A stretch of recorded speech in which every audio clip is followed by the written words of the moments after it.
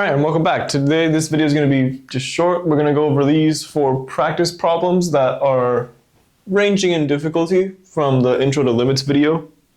All right, so let's start off with number 1, right? This is the second easiest one, I think. So we have the limit as x goes to 4 of x squared minus 7x plus 3. Okay, well, if you recall from the video, if your limit has things being added and subtracted within it, you can just do those individual limits and then add them or subtract them, right? So this is the same thing as the limit x goes to 4 of x squared minus, and again, if you have a constant in your limit, you can just pull the constant out, minus 7 times the limit x goes to 4 of x plus the limit x goes to 4 of 3. Okay, well, limit x goes to 4 of 3. 3 is a constant, so it's just going to stay the same. So this is going to be plus 3, right? Limit x goes to 4 of x, that's just plugging it in, right? So you get 4 times 7, so this is going to be minus 28. And last but not least, we have the limit x goes to 4 of x squared. Just plug it in. We get 4 squared, which is 16, right?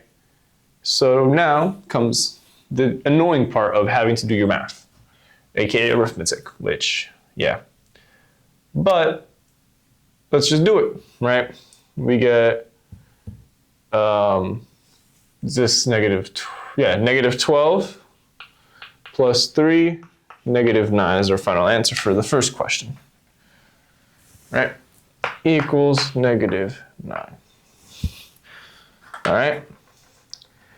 And if you don't believe me, here's a picture of the graph with f of 4 selected. It should equal negative 9, right? Assuming I can subtract right, but I think I can. So yeah, let's move on to the second question now, which is a little bit more abstract, but it's not difficult. We have the limit as x goes to beta, that's what this function is, or letter, of 1 over x minus beta. Okay. Well, in the video, we did the limit as x went to 0 of 1 over x. And a quick refresher, the graph looked something like that. It did not exist, right? If you're a rational function, you're going to have some asymptote, and the limit is most likely not going to exist at that. Does not necessarily have to exist at that asymptote. Okay, well, let's just plug in beta, see what happens, because, you know, what's the worst that can happen? You waste 2 minutes, whatever, right? So we get 1 over beta minus beta equals, not 0, sorry, equals 1 over 0. Huh, that's the same thing we got here. What does this all mean? Well, 1 over x minus beta, right? If I draw it out, let's say this point right here is beta, x equals beta, right? The function is then going to look something like this,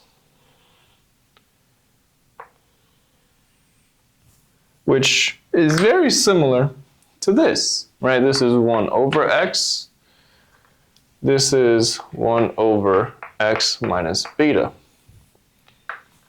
So we just moved it a bit. What does this all mean? It means that for getting 0 on the bottom in this case, you get a asymptote where from the left you approach negative infinity, from the right you approach positive infinity, right? So this limit does not exist.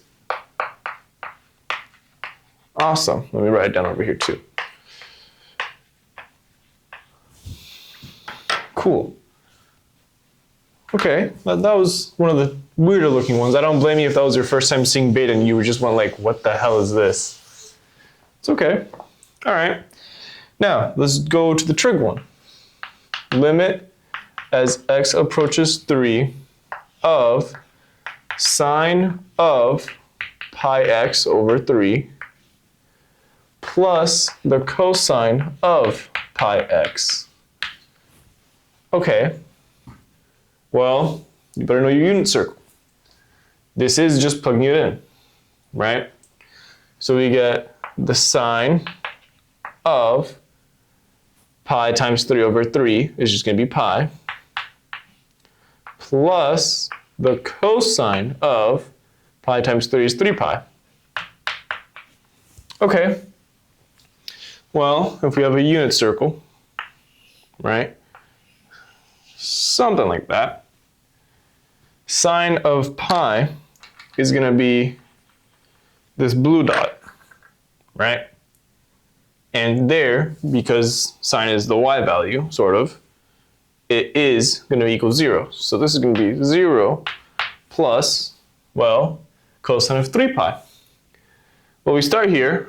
One full circle is 2 pi, and then 3 pi brings us back to the same point, right?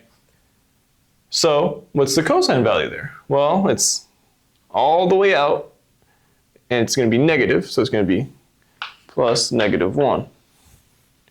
So this limit equals -1.